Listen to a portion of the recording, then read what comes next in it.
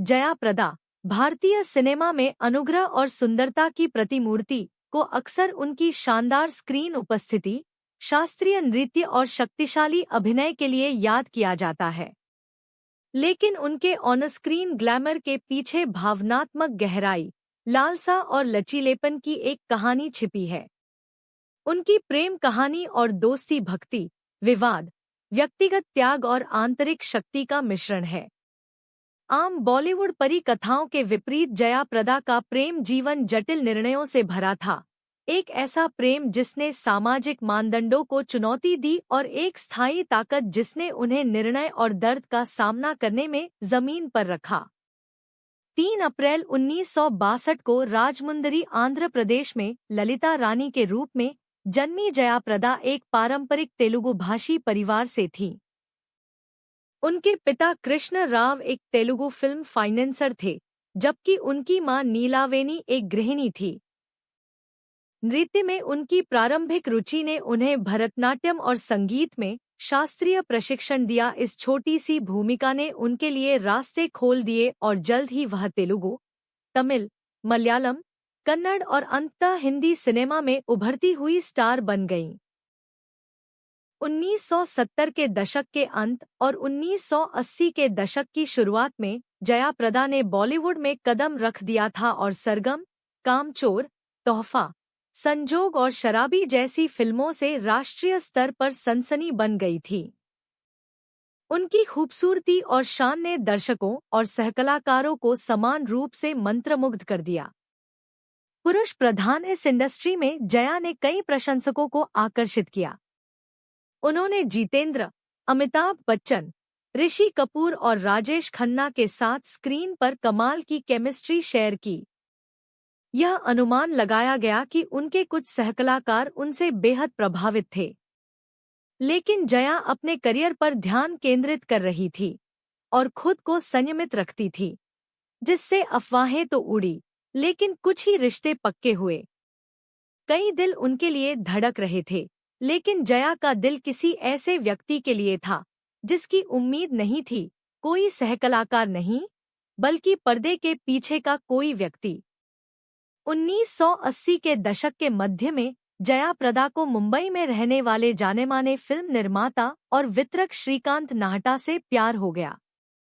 यह एक ऐसा प्यार था जिसने उनकी जिंदगी बदल दी और उनकी यात्रा के सबसे विवादास्पद अध्यायों में से एक को भी जन्म दिया। उनकी शादी चंद्रा से हुई थी और उनके बच्चे भी थे। जया, जो एक रूढ़िवादी पृष्ठभूमि से आई थी, के लिए यह रिश्ता सामाजिक अपेक्षाओं के विपरीत था। लेकिन उनके करीबी लोगों के अनुसार वह श्रीकांत से बेहद प्यार करती थी और भावनात्मक रूप से उन पर निर्भर थी। इंडस्ट्री में उनके सबसे कमजोर समय में वह भावनात्मक आराम और सहारे का स्रोत रहे थे। उनके बीच भावनात्मक रिश्ता और मजबूत होता गया। तमाम मुश्किलों के बावजूद जया प्रदा ने 1986 में श्रीकांत नाहटा से शादी कर ली। यह शादी कानूनी या सामाजिक रूप से आसान नहीं थी। श्रीकांत नाहटा ने अपनी पहली पत्नी को तलाक नहीं दिया। जया से शादी के बाद भी वे अपने पहले परिवार के साथ रहते रहे। कई लोगों के लिए यह विश्वासघात था, लेकिन जया ने अपनी चुप्पी बनाए रखी, सार्वजनिक टिप्पणियों से बचती रहीं और गरिमापूर्ण व्यवहार करती रहीं। उन्हें उम्मीद थी कि वे एक परिवार बनाएंगी, मातृत्व का अनुभव करेंगी और भावनात्मक सुरक्षा प्राप्त करेंगी। लेकिन वास्तविकता अलग थी। वे निःसंतान रहीं और श्रीकांत ने अपनी पहली पत्नी और बच्चों के साथ अपना रिश्ता जारी रखा। हालांकि उन्होंने जया को कभी नहीं छोड़ा, लेकिन उन्होंने उन्हें पारंपरिक परिवार की पूरी भावनात्मक संतुष्टि भी नहीं दी। जय ने एक बार एक साक्षात्कार में खुलासा किया था कि एक चीज जो मुझे याद आती है वह है मातृत्व। अपनी अपार प्रसिद्धि के बावजूद वह जिस चीज के लिए तरसती थी, वह था केवल उनका प्यार। फिल्म उद्योग में उनकी सभी मित्रताओं में श्रीदेवी के साथ उनका रिश्ता सबसे अधिक चर्चा में रहा। दोनों दक्षिण भारतीय सुपरस्टार थे जिन्होंने लगभग एक ही समय में बॉलीवुड में अपनी पहचान बनाई थी। वे अक्सर साथ काम करती थीं, सबसे यादगार ब्लॉकबस्टर तोहफा में, जहां उन्होंने एक ही आदमी से प्यार करने वाली बहनों की भूमिका निभाई थी। जबकि मीडिया ने उन्हें एक दूसरे के खिलाफ खड़ा करने की कोशिश की, अंदरूनी सूत्रों का कहना है कि जया और श्रीदेवी के बीच परस्पर सम्मान और मौन संबंध था। दोनों रूढ़िवादी परिवारों से थीं, सीमित भाषा कौशल के साथ हिंदी फिल्म उद्योग में आगे बढ़ी और उनके काम करने के तरीके मजबूत थे। हालांकि वे ऐसे दोस्त नहीं थे जिन्हें अक्सर एक साथ मिलते जुलते देखा जाता हो, लेकिन उनके बीच एक शांत समझ थी। 2018 में श्रीदेवी की असामयिक मृत्यु के बाद जया प्रदा ने गहरा दुख व्यक्त किया और उन्हें एक दुर्लभ रत्न और एक बेजोड़ अभिनेत्री बताया। जया प्रदा की सबसे सफल ऑन स्क्रीन जोड़ियों में से एक जितेंद्र के साथ थी। उनकी केमिस्ट्री शानदार थी और उन्होंने साथ में तोहफा, मवाली और जस्टिस चौधरी जैसी कई हिट फिल्में दी थी। दर्शकों ने उनकी जोड़ी को बहुत पसंद किया और गॉसिप कॉलम में अक्सर उनके बीच रोमांस की अटकलें लगाई जाती थी। हालांकि दोनों ने कहा कि वे सिर्फ अच्छे सहकर्मी हैं। जितेंद्र पहले से ही शोभा कपूर से विवाहित थे और अफवाहों के बावजूद उनके और जया के बीच कभी कोई पुष्ट संबंध नहीं था। फिर भी उनके करियर के दौरान उनका आपसी सम्मान और पेशेवर दोस्ती मजबूत रही।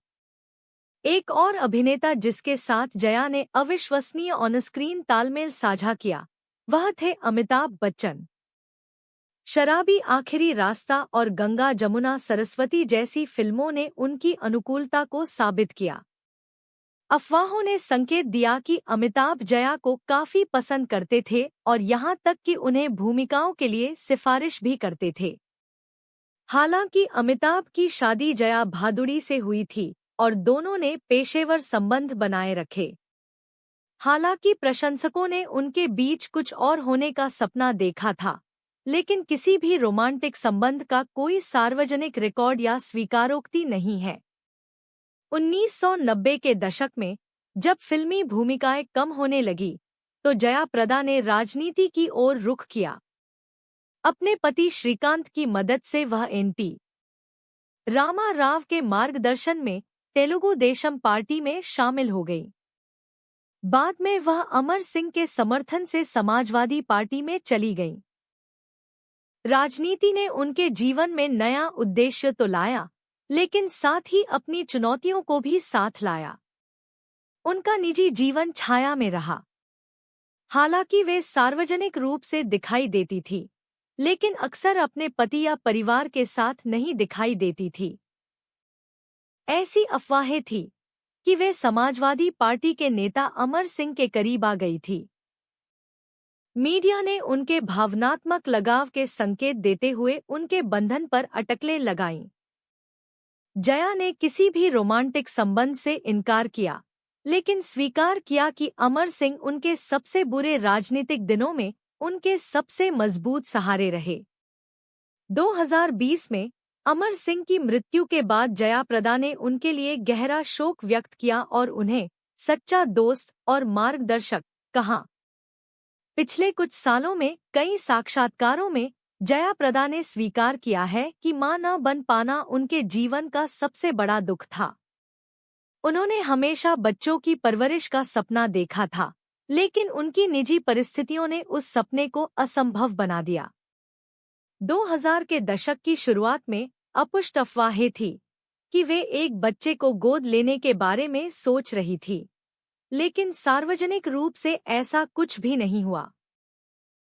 भले ही उनके पास अपार धन, प्रसिद्धि और पहचान थी, लेकिन यह अधूरी इच्छा उनके पूरे जीवन में शांत दुख का स्रोत बनी रही। जैसे जैसे साल बीतते गए, जया प्रदा और अधिक निजी होती गई। वह चुनिंदा सार्वजनिक कार्यक्रमों में शामिल होती थी, कभी-कभी फिल्मों या टेलीविजन शो में अभिनय करती थी और राजनीति में भी शामिल रहती थी। लेकिन वह ज्यादातर विवादों, और मीडिया की चकाचौंध से दूर रहती थी। श्रीकांत नाहटा के साथ उनकी शादी अभी भी कानूनी रूप से चल रही थी, लेकिन उन्हें शायद ही कभी साथ देखा गया हो। संक्षेप में कहें तो जया प्रदा ने अपने जीवन के बाद के अधिकांश समय भावनात्मक और शारीरिक रूप से अकेले ही गुजारे। साक्षात्कारों में जब उनसे प्यार के बारे में पूछा गया तो उन्होंने अक्सर आध्यात्मिक उत्तर दिए, आत्मसम्मान, गरिमा और भावनात्मक स्वतंत्रता के महत्व के बारे में। जयप्रदा की प्रेम कहानी नाटकीय घोषणाओं या सुखद अंत की नहीं है। यह एक ऐसी महिला के बारे में है जिसने समाज के नियमों के अनुरूप प्रेम नहीं चुना। उसने तीव्रता से प्रेम किया, चुपचाप सहन किया और अनुग्रह के साथ उभरी। उसकी मित्रता सार्थक लेकिन दुर्लभ थी। उसके भावनात्मक लगाव गहरे थे लेकिन पारंपरिक अर्थों में अक्सर अप्राप्य थे।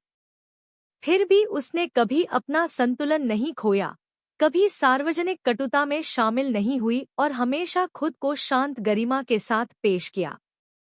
जयप्रदा का जीवन चमकदार स्टारडम, विवादास्पद प्रेम, अधूरे सपने, मजबूत दोस्ती और शांत शक्ति का मोज़ेक है। जबकि दुनिया ने उन्हें एक अभिनेत्री के रूप में सराहा, बहुत कम लोगों ने वास्तव में मुस्कान के पीछे की महिला को समझा।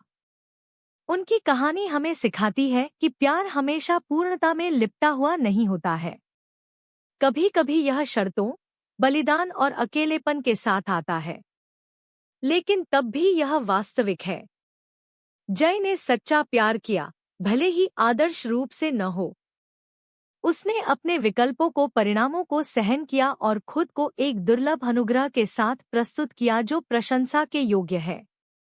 अंत में जया प्रदा की प्रेम कहानी आंतरिक शक्ति की कहानी है, जो याद दिलाती है कि कभी-कभी प्यार आपको सब कुछ नहीं